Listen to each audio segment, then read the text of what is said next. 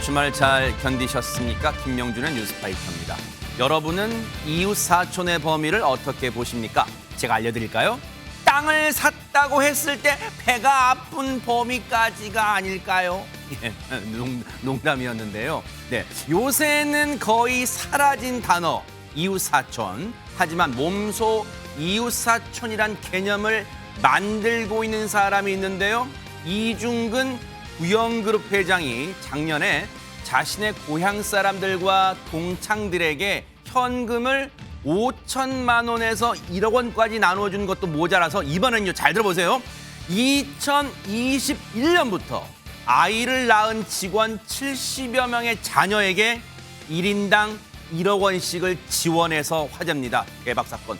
통큰 기부, 통큰 출산 장려책. 2월 5일 월요일 김명준의 뉴스파이터에서 잠시 후에 알아보도록 하겠습니다.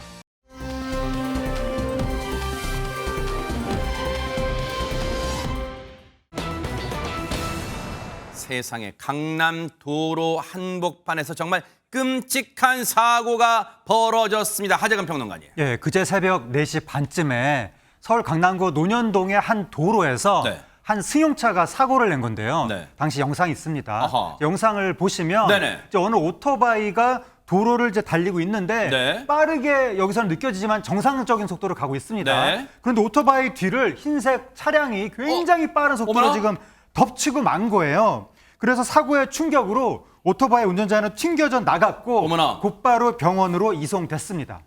지금 딱 보기에도 뒤따르는 승용차 속도가 일단 앞에 가던 오토바이보다 훨씬 빠름을 직감할 수 있었잖아요. 정말로 사고 충격이 컸을 것 같은데요, 허지원 변호사님. 가속도가 붙어서 사고 충격이 대단했던 것 같습니다. 결국에 이 오토바이 운전자 사망하고 말았는데요. 어머나. 이 50대 운전자 배달 기사였던 것으로 추정이 되는데 사고 당시 충격으로 그대로 튀어나갔다고 하고요. 세상에. 주변에 정말 다량의 혈흔이 육안으로 그대로 보일 정도로 정말 큰 피해를 입었다고 합니다. 아하. 오토바이를 들이받은 외제 승용차 저 보세요. 승용차가 저렇게 찌그러질 정도면 무방비 상태로 오토바이를 타고 있던 그냥 헬멧만 쓰고 있는 상태였던 거잖아요. 세상에. 이 오토바이 운전자인 피해자가 받았을 충격은 정말 짐작하고도 남는 것 같고요. 이 오토바이 운전자 심정지 상태로 병원으로 이송됐지만 결국에는 숨지고 말았습니다. 아니, 어처구니가 없습니다. 사망사고예요. 사망사고를 낸 저 하얀색 승용차 운전자, 아니 박성배 변호사님, 주변이 어둑어둑한 것도 아니고 왜 앞에 가던 운전자, 오토바이 운전자를 못 본 거예요? 운전자는 20대 여성인데 아니나 다를까 음주운전이었습니다. 세상에. 혈중 알코올 농도가 면허 취소 수준 만취 상태였는데 경찰이 만약의 경우에 대비해서 간이 약물 검사도 실시해봤지만 마약 양성 반응이 나오진 않았습니다. 동승자도 따로 없었다고 합니다. 그렇지만 단순 교통사고도 아닌 음주운전으로 사람을 사망에 이르게 했다. 현행범 체포와 구속영장 신청이 뒤따를 만한 사건입니다. 역시 경찰은 특가법상 위험운전치사 혐의를 적용해 현행범 체포하고 구속영장을 신청했습니다. 세상에. 오늘 오후 3시부터 영장실질심사가 진행됩니다.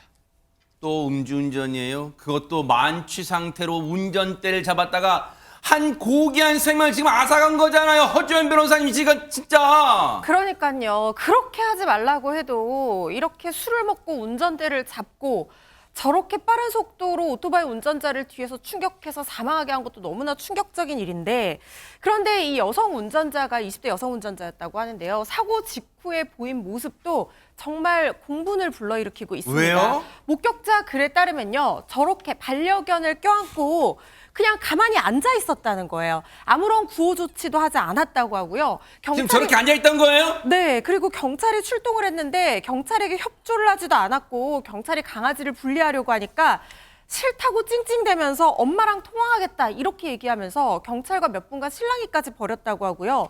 그리고 나서 수갑을 차고 갔다라는 것이 이제 목격자 얘긴데요. 지금 개를 안고 있는 20대 여성 운전자 사진까지 온라인상에 떠돌아다니면서 지금 굉장한 분노를 불러일으키고 있는 상황입니다. 진짜 어처구니가 없어요. 아니, 최전문 교수님. 네. 자기 반려견 귀한 줄 알고 안고 있어요?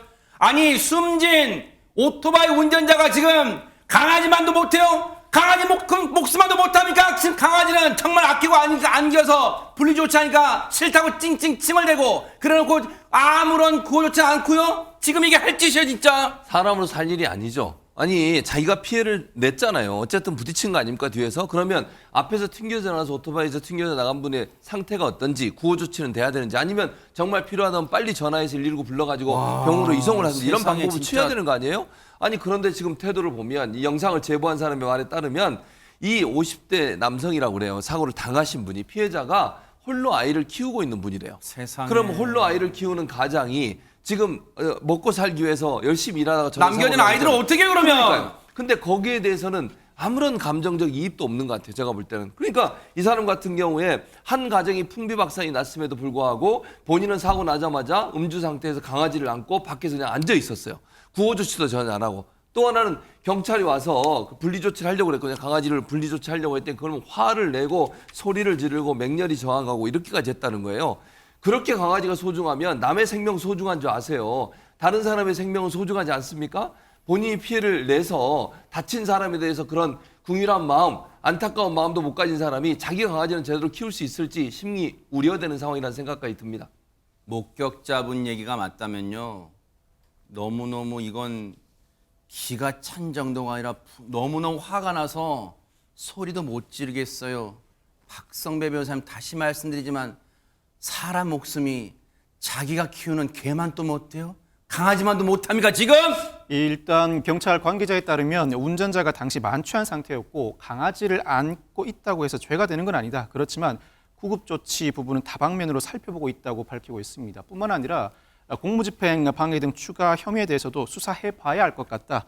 제기되고 있는 의혹에 대해 향후 철저히 수사하겠다는 입장을 밝히고 있는데 이 교통사고를 일으킨 채 현장에서 적절한 조치를 취하지 않을 때 그 적절한 조치는 인적사항 제공과 구호 조치를 일컫습니다. 적절한 조치를 취하지 않을 때 죄가 성립할 수는 있습니다만 사람을 다치게 하고 조치를 취하지 않고 도주하는 특가법상 도주치사죄는 도주를 요건으로 합니다. 다만 차량을 손괴하고 적절한 조치를 취하지 않은 도교법상 사고 미조치죄는 굳이 도주를 요건으로 하지 않습니다.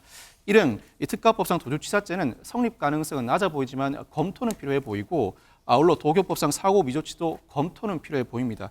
이러한 저러한 검토 끝에 별다른 죄가 성립하지 않는다고 하더라도 사람이 사망한 교통사고에서 즉각적으로 구호 조치를 취한 사람과 그렇지 않은 사람은 형벌에 엄연한 차이가 있습니다. 실제 판례도 그러합니다. 거기다 이 사건 사고는 상당한 과속이 수반됐습니다. 단순한 특가법상 위험운전 치사를 넘어 시속 20km 이상을 초과하는 과속으로 볼 여지도 다분해서 양형기준상 불리한 가중 요소들이 다수 적용될 것으로 보여서 특별한 조치가 없는 한은 상당한 엄한 형벌이 예상되는 상황입니다. 지금 오후 3시쯤부터 지금 4시가 조금 넘었으니까 구속 전 피의자심 영장 심사가 진행이 되고 있을 거란 말이에요. 박성배 변호사님이 추정을 해보면 구속영장이 발부될 가능성이 어느 정도로 예상해 볼 수 있을까요? 구속영장이 발부될 가능성이 더 높습니다. 사람이 사망하는 교통사고의 경우에는 통상 수사 단계에서 구속하지 않습니다. 합의의 여지도 상당하고 재판 중 상당한 기간 동안 심리를 거쳐서 상황에 따라 실형을 선고하기도 하고 집행유예를 선고하기도 합니다만 음주운전으로 인한 사망사고 더군다나 만취운전으로 인해서 단순한 도로교통법 위반 내지는 교통사고 특례법 위반이 아니라 특가법상 위험운전 치사 혐의가 적용되는 사건은 현재 수사 단계에서 적극적으로 구속영장을 청구하고 있고 영장 발부도 곧바로 이루어지는 경우가 대부분입니다. 영장 발부 가능성이 더 높다고 평가할 수 있습니다. 영장은 발부되고 법의 처벌은 이 여성 운전자가 받겠지만요. 세상에 한 집안의 가장이었던 고귀한 생명을 어떻게 다시 돌릴 수 있습니까? 세상에 너무너무 분통 터지는 그런 사건이었습니다.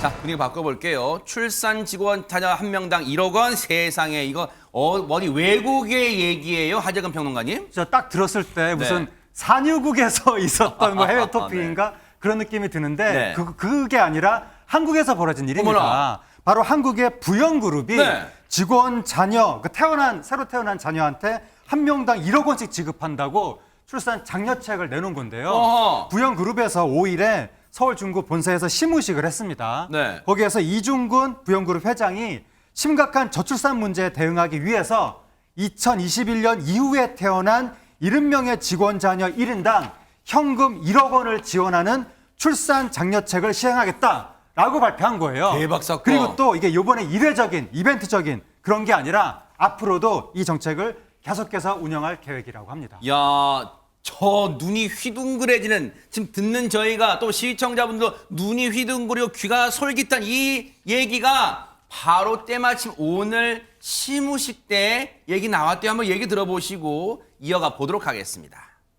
대한민국의 회사다운 회사로서 출산 장려에 기여해서 인구에도 기여하는 장래 국가 장래를 걱정하는 회사로 인정받았으면 좋겠습니다. 부영그룹이 출산 장려 정책에 따라 출산 장려금을 지급합니다. 저출산 극복을 위한 국가 시책에 부응하기 위해 시행하고 있는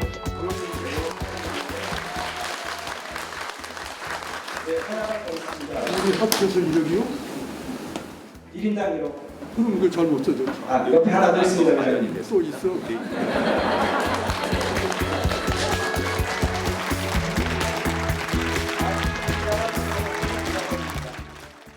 어머, 보고도 눈이 뿅 진짜 못 믿겠잖아요. 근데 이 아이 한 명당 출산 아이 한 명당 1억 준다는 거 예전에 누가 대선 때 한번 내 눈을 바라봐 하면서 막 이게 그런 대선 공약인 줄 아마 알았는데 진짜로 주네요, 진짜 여기가. 그러니까요. 정말 국가가 할 수 없는 일을 기업이 하고 있어요. 허허. 칭찬받아 마땅하다는 생각이 듭니다. 물론 뭐 돈으로 뭘 보상해 주는 게 다 맞냐고 생각하지만 그렇지 않습니다. 왜냐면요. 사람들에게 동기를 부여하는 게 대단히 중요하거든요. 아하, 네. 지금 그 이중근 회장도 그런 얘기 했지만요. 대한민국 현재 출산율 가면 20년 후에 대한민국 인구가 없어져요. 소멸해요. 아. 인구 절벽이라고 얘기가 되어지는데 그만큼 이건 너무나 중요하고 위급한 상황이라는 사실을 인식해야 됩니다. 아. 그걸 이중근 회장이 어쨌든 인식을 해서 경제적 부담, 왜냐하면 저출산이라고 하는 문제의 가장 큰 이유 중에 하나가 아이 하나 낳아놓으면 그 아이 교육시키고 키우는데 돈이 너무 많이 들어가잖아요. 그 돈의 부담을 좀 줄여주는 거예요. 그러니까 1억이란 돈이 얼마나 그게 부담이 될 거냐 이런 부분들은 이제 다 가정마다 다를 수는 그렇죠. 있겠지만 네. 그럼에도 불구하고 회사에 다니는 직장인들 입장에서도 내가 애를 낳으면 그래도 회사가 나에게 1억 원을 줘서 아이를 키울 수 있는 환경을 만들어준다면 맞아요. 내가 조금 더 보태서 아이를 키울 수 있잖아요. 그런 동기부여를 한다는 점에서 대단히 저는 칭찬받아 마땅하고 네. 정부가 저걸 못하잖아요. 맞아요. 그러면 기업이라도 해서 기업이 사회적 책임을 다하는 모습을 보이는 것은 저는 대단히 잘하는 거다. 이제 네. 보니까 부영그룹이 이런 제도가 있어요. 출산 장려금 지금 네. 보여드린 그거 있고요.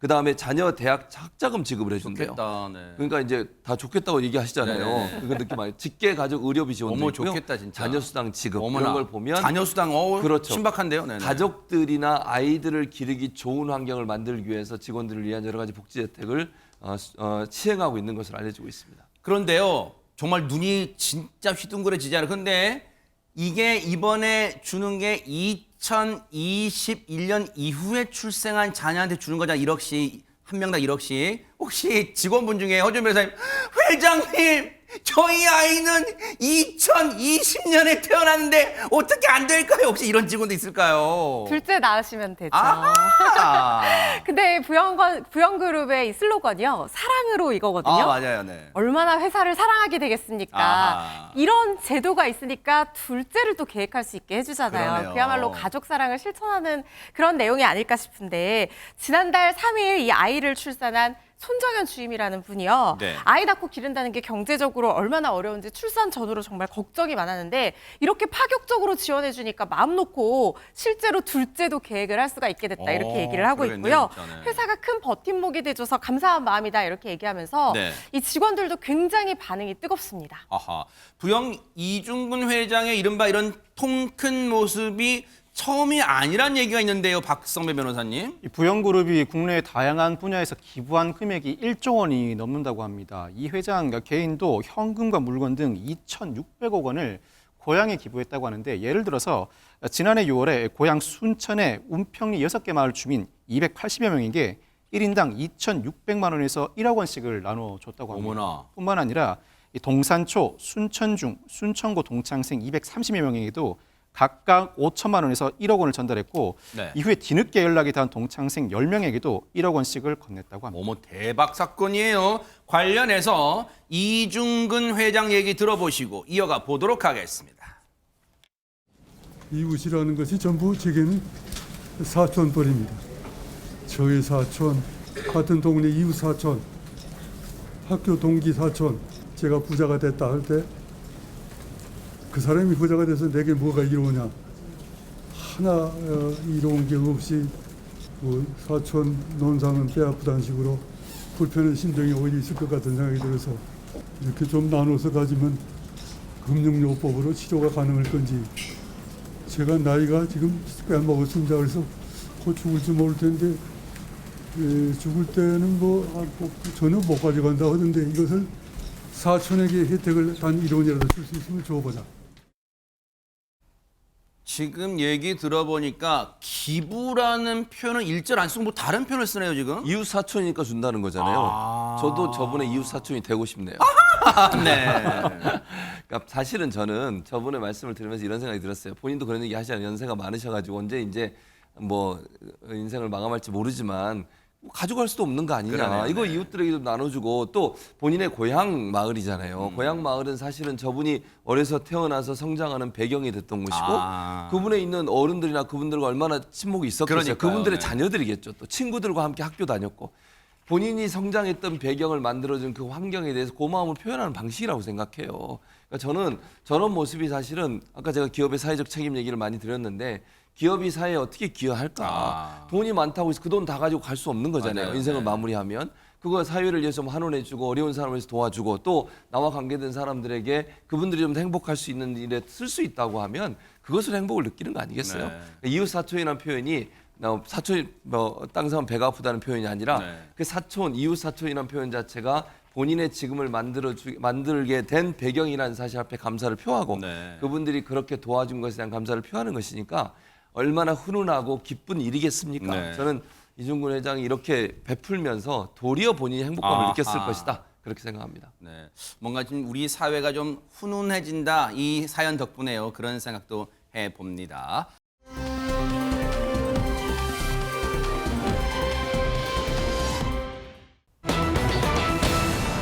어허, 오랜만에 듣는 반가운 이름인데 그런데요, 뭔가 사연이 심상치 않아 보입니다. 허주연 변호사님.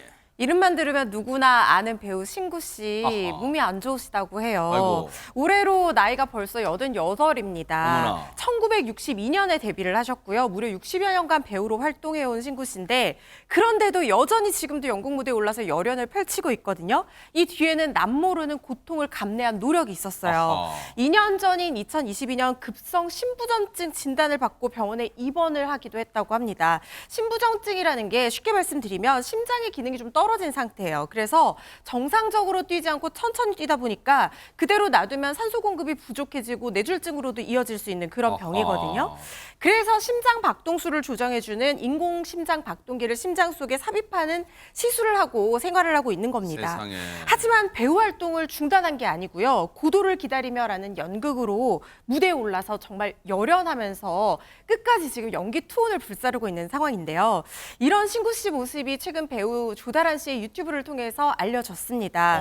조다란 씨는요, 신구 씨를 아버지라고 부르면서 진짜 친아버지처럼 모시는 남다른 인연을 갖고 있는 분입니다. 세상에, 오랜만에 신구 선생님, 신구 씨 얘기 들어서 반갑다 하신 분들은 어머 세상에, 심장 박동기를 몸속에 단 채, 근데 그것도 댁에서 편하게 뭐 생활하고 누워 계시는 게 아니라 연기를 한다고? 대박 사건. 관련 얘기 직접 들어보시고 이어가 보도록 하겠습니다. 우리스럽다 생각하면 선택했다고 그랬을 내 나이 때문인지 너도 알겠지만 85까지 아버지 신세하셨지. 이거 들으면서 갑자기 그거 달기 전에 아버지가 안 좋아졌어요. 50년 그 신부전증. 그러면서 한 7, 8kg가 맞아. 빠졌어. 근데 결국 좋아졌어 아버지. 맥박 잘 쓰잖아요. 그때 달기 전에는 떴다 안 떴대. 쉬었다가 그 쳤다가 뛰고. 이가 알아서 수면을 얼마 빨리 이렇게. 빨리 뛰면 기가 조절해지니까 이게 이놈이 한 10년을 산대. 10년 안 돼요. 아이고 나보다 오래 살겠네 그래서 내가 아버지 10년 살 수 있도록 제가 더 노력할게요. 고맙습니다. 아, 신구 씨와 얘기를 나누는 배우 조달환님 또 얼굴 보니까 반가운데 조다란 씨가 평소에 연기 같이 하면서 너무 가까운가 봐요. 아버지라고도 부르네, 신구 씨를. 그런데 세상에 이런 상황에서요. 몸은 괜찮아졌다지만 박성배 변호사님 화면으로 영상으로 뵈니까 많이 진짜 신구 씨가 야위어진 것 같긴 해요. 신구 씨가 신부전이 오면서 몸무게가 7에서 8kg 빠졌다고 합니다. 지난해 영상에서 보신 조다란 씨와 같이 있다가 그 증상을 발견하고 심장 박동기를 달릴 수 있었다고 하는데 그런데 신구 씨가 연극을 시작한 후에 오히려 건강이 좋아졌다고 합니다. 그래요? 연극 출연이 스스로도 무리라고 생각했는데 안 하는 것보다 하는 게 신체적으로도 정신적으로도 더 낫다는 게 신구 씨의 말씀입니다. 네. 많은 사람들이 신구 씨가 무대에 오르는 걸 반대했지만 무대에 오르는 걸 적극적으로 추천한 것도 조다란 씨라고 하는데 이 제작사 대표가 신구 씨에게 출연 제의를 할까 말까 고민을 했다고 합니다. 건강 상태가 좋지 않은 걸로 알려져 있죠. 그렇지만 조다란 씨가 선생님이 재작년에도 몸이 안 좋았을 때 중환자실에서 뛰쳐나와서 공연을 했었고 선생님의 꿈은 무대에서 떠나는 거다. 무조건 출연 제의를 하라고 적극 추천했다고 합니다. 세상에 정말로 연기와 결혼하신 분, 신구 씨는 그런 생각이 들어요. 진짜 투병 중에도 그냥 뭔가 평안하게 있는 게 아니라 연기를 지금 향한 열정을 불태우잖아요. 관련 얘기 들어보시고 이어가 보도록 하겠습니다. 아버지 왜 해보고 싶었어요? 그냥 좀 하고 싶었던 연극이야. 당대 잘 나가는 배우들 다 하니까. 그런 것도 있고. 그게 노벨상까지 그거를 노벨상까지 받은 문학적으로.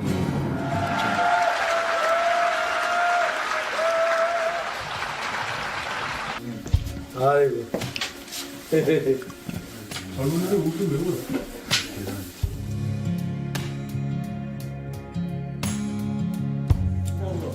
왜 울어? 왜 울어? 왜 울어? 잘 봤어? 늙어서 이거 하니까 슬퍼서 우는 거야? 그건 아니겠지? 아이고. 괜찮죠? 괜찮지는 않아. 괜찮았어? 너무 대단해.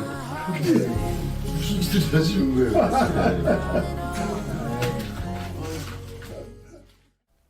말 없이 한동안 말을 잇지 못하고 뜨거운 눈물을 흘렸던 손현주 씨. 그 마음이 어떤 거였을까? 그 눈물의 의미가 뭐였을까요? 하재근 평론가님. 지금 대선배 배우들을 눈앞에서 본 거잖아요. 네. 지금 신구 씨가 88이고 박근영 씨가 84인데 어머나. 두 분이 지금 하시는 연기가 영화가 아니라 연극이거든요. 네. 영화 같은 경우에는 컷 하면은 잠깐 쉴 수가 있잖아요. 그러네요. 근데 연극은 계속 한 2시간 가까이 무대에 있어야 되는 것이고 네. 그리고 또 소리를 마이크 차고 작게 내는 것이 아니라 크게 내야 되는 거거든요. 그러니까 에너지가 훨씬 더 많이 소모가 되는 건데 그 힘든 거를 지금 80대 노 배우가 저렇게 하는 모습이 네. 또 이 신구 씨 같은 경우에는 심장 박동기까지 차고 열정을 다하는 거잖아요. 저렇게 열정을 다하는 모습이 일반인한테도 제3자한테도 감동을 주는데 하물며 그 같은 연기를 하는 후배 입장에서는 정말 형언할 수 없는 그런 감동을 받았던 것 같고 그래서 눈물이 나온 것 같은데 네. 지금 이 두 배우가 출연한 연극이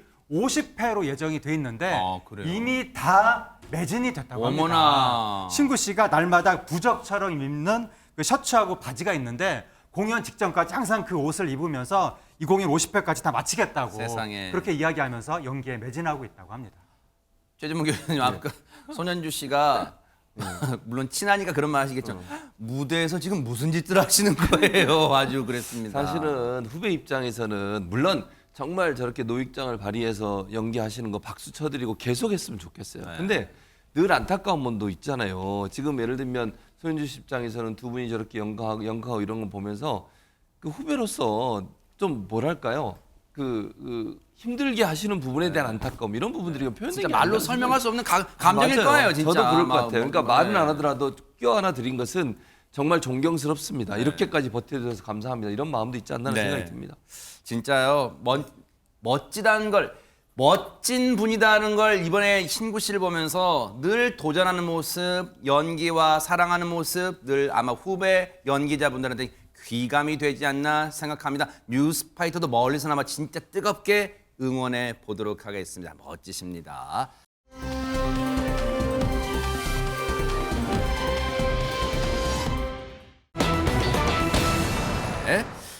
저희가 며칠 전에 이 뉴스파이터 시간대 보도해 드렸던 전해졌던 그 내용에 아마 여러분도 같이 보시면서 억장이 무너지고 막 분노하셨던 건데 이른바 택시비 먹튀 사건인데 우리가 그렇게 눈에 불을 켜고 찾아다녔던 그 인간을 드디어 발견했다는데요. 허주연 변호사님. 네, 택시비 이른바 먹튀한 그 어허. 범인을 찾았다고 합니다. 지난주 저희 뉴스파이터에서도 전해드렸던 소식이고 정말 많은 분들이 같이 분노해 주셨던 그런 소식인데요. 네. 이 간략하게 설명을 드리면 충남 아산에서 전남 목포까지 무려 280km를 35만 원에 같이 가자 해서 택시로 이동한 뒤에 이걸 내지 않고 도망친 승객이었어요. 그때 당시 목적지까지 가는 동안 자기도 택시 운행을 수년간 했다라고 하면서 자기에 대해서 이런저런 얘기도 하고 도착 이후에도 택시비를 내줄 선장이 올 거라면서 차에서 내려서 기다리는 척을 했는데 네. 그때 택시 기사님이 추운데 안에서 기다리세요라고 하면서 배려하는 모습까지 그대로 공개가 됐었거든요. 네. 그런데 결국 달아나 버렸다는 거고요. 전혀 의심을 하지 못했던 택시 기사는 다시 올 거라고 믿어서 하염없이 1시간 동안 기다리다가 결국에는 쓸쓸한 마음으로 이 배신감을 안고 홀로 280km를 다시 운전해서 돌아와야 했던 사연이었습니다. 그런데 이 승객에 대해서 새로운 소식이 전해진 건데요. 뭔데요? 뉴스파이터 방송이 나가고 바로 다음 날 네. 그들이 모두가 기다렸던 바로 그 소식, 이 범인을 찾았다는 소식이 전해졌습니다. 대박 사건! 뉴스파이터 방송 다음 날 바로 잡혔다는 거예요. 그런데 자, 일단은 그 얘기는 잠시 해보고요. 당시에 이 사건 전해드릴 때 여러분도 느끼셨겠지만 너무 분노가 느껴졌던 게요. 이 택시비 먹튀범이 그 당시에 택시 기사님을 농락했다는 거예요. 어떤 건지 영상 보시고 이어가 보도록 하겠습니다. 사장님, 타요. 아, 타요. 추니까. 그래도 나 빨리 지불을 해야지 내가 마음이 그래갖고. 아, 뭐 나오신다 했더니요. 그래도. 저게요. 당시에도 저희가 보도를 해드리면서 택시비 먹튀란 결과를 알고 나서 저 영상 보니까 더 분노가 치밀었던 게 하재근 평론 저게 아주 순전히 뻔한 연기였잖아요, 진짜. 너무나 분통 터지는 그런 일을 이제 기사분이 당하신 건데 그 기사분의 아들도 너무나 저 얘기만 듣고도 좀 세상에. 분이 막 터진 거예요. 그래서 이제 제보까지 하게 됐던 건데 바로 이제 목포 파출소에서 네. 저 먹튀범을 찾은 거죠. 아하. 찾았는데 놀라운 게 뭐냐면 저 택시 기사분 측에서는 신고를 안 했습니다. 와. 신고를 안 했는데도 불구하고 그럼 어떻게 찾은 거예요? 목포 파출소 측에서 먼저 움직인 건데 야. 바로 뉴스파이터에서 방송을 해서 아하. 방송을 보시고 이거 아하. 너무 안타까운 사연이다라고 네. 해서 목포 파출소가 먼저 움직인 거고 네. 아들이 또 이제 인터넷에 글을 올렸는데 네. 공교롭게도 제 생일에 이런 찾았다는 전화를 경찰로부터 받으니까 택시 기사님 아드님의 생일 때요? 그렇습니다. 어머. 생일 때 찾았다는 전화를 받았다는 거예요. 어허. 너무 기쁘다고 하면서 억울할 뻔한 이 사건을 공론화시켜 주셔서 너무나도 감사드립니다라고 하면서 경찰한테도 감사 인사를 전하고 네. 뉴스파이터 제작진한테도 감사 인사를 전했습니다. 네. 정말요, 이게 이례적인 게 지금 택시기사님의 피해를 당하신 택시기사님의 아드님이 신고를 안 하셨어요. 왜냐하면 그때 이 기사님께서 한 열흘만 더 기다려보지요. 뭔가 좋은 일이 있을 수도 있고 아니면 제 발로 찾아올 수도 있으니까 그 마음이었거든요. 그런데 이게 딱 이튿날 뉴스파이터 방송 이튿날 경찰이 신고도 안 들어간다고 움직였어요. 눈여겨본 이유가 있을까요? 이 사건을 얘기 들어보시고 이어가 보도록 하겠습니다. 택시 기사님 자녀가 SNS에 이제 글을 올리면서 이게 공론화가 되면서 뉴스에서 저희가 그 안타까운 사연을 듣게 된 겁니다. 이제 언론이나 SNS, 인터넷 보면서 저희가 통고 처분했던 사람하고 비슷한 인상착의라고 저희 직원이 그러는 거예요. 사연도 들어보니까 안타깝고 이 사람은 상습적으로 하는 사람인 것 같다. 그래서 이제 인터넷에 제보된 영상하고 저희 순찰차에 있는 백업 영상하고를 확인을 하니까 모자나 인상 차이가 거의 비슷하더라고요. 잡아서 다행이긴 한데 지금 얘기를 들어보니까요, 최재문 교수님. 예.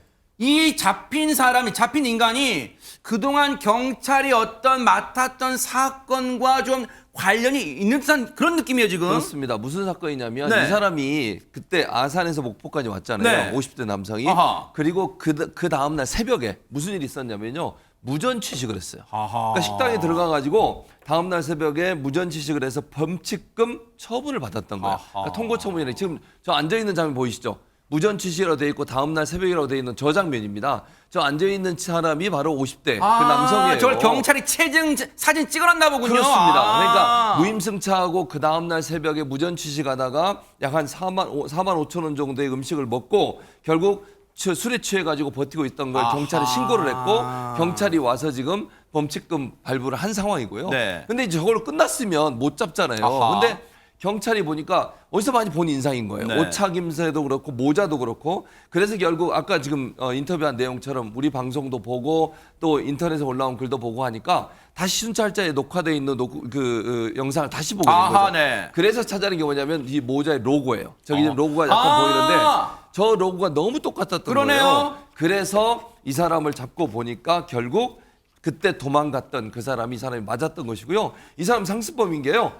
얼마 전에도 경기도 수원에서 무전 취식으로 적발이 돼서 상습적 범행을 벌이고 있었던 사람인 것으로 밝혀졌습니다. 왜 선량하게 사신 분한테 피해를 주고 다녔어요. 그런데 경찰분들이 정말 애쓰셨어요. 그런데 피해자분과 연락 닿는 게 쉽지는 않았대요. 얘기 들어보시고 이어가 보도록 하겠습니다. 피해자를 찾아야 되는데 사실 피해자 찾기가 한 이틀 걸렸어요. 뭐 신고를 한 것도 아니고 그래서 이제 아산에 있는 택시 회사, 운수 회사를 제가 일일이 전화를 다 했죠. 그러는 와중에 택시 기사님 회사에 전화를 했던 인적사항을 가르쳐 준 겁니다. 정말로 경찰분들이요.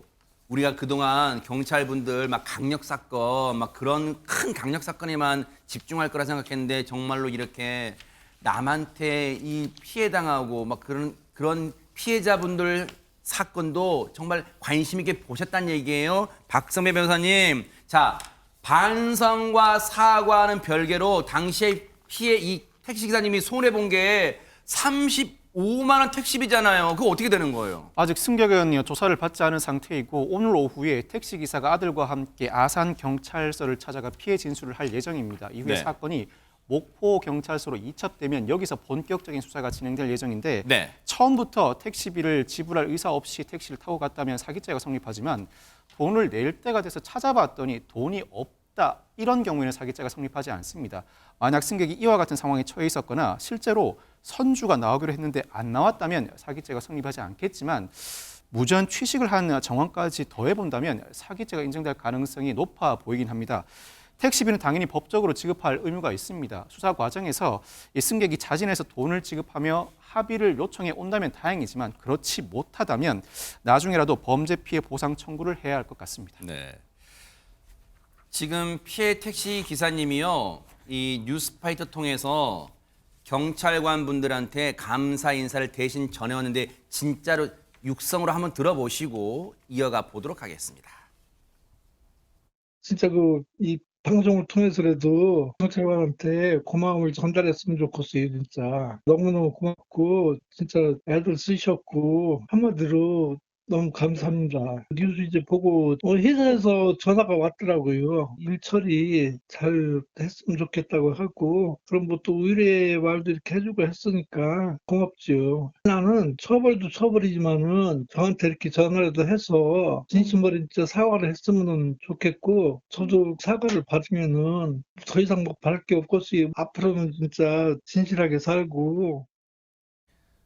정말로 다시 느끼지만요. 이 피해를 당하셨던 택시기사님은요. 진짜 심성이 너무너무 고우신 분이에요.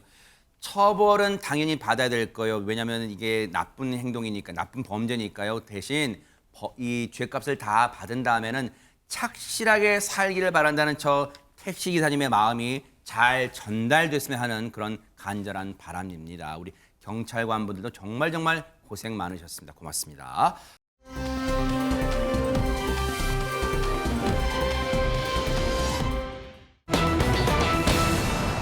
자, 이 사람이 북콘서트를 열었다고요, 박성배 변호사님. 4월 10일 총선을 2달이 앞두고 박근혜 전 대통령이 회고록을 출간했습니다. 그리고 오늘 오후 이른바 보수 텃밭으로 불리는 대구에서 북콘서트를 열었습니다. 이 자리에서 박 전 대통령 이 회고록에 대한 소개는 물론 탄핵 등 전직 대통령으로서 겪은 정치 역전과 관련된 소회를 밝혔습니다. 아하, 저게 이제 오늘 북콘서트 모습인데요. 자, 허준 변호사님, 구체적으로 북콘서트면 이제 뭐 책을 썼다는 건데 저 자리에서 무슨 얘기를 했을지 막 궁금해요. 가장 눈에 띄었던 것이 2021년 늦가을에 수감 상태에서 썼던 미공개 자필 메모가 공개가 된 건데요.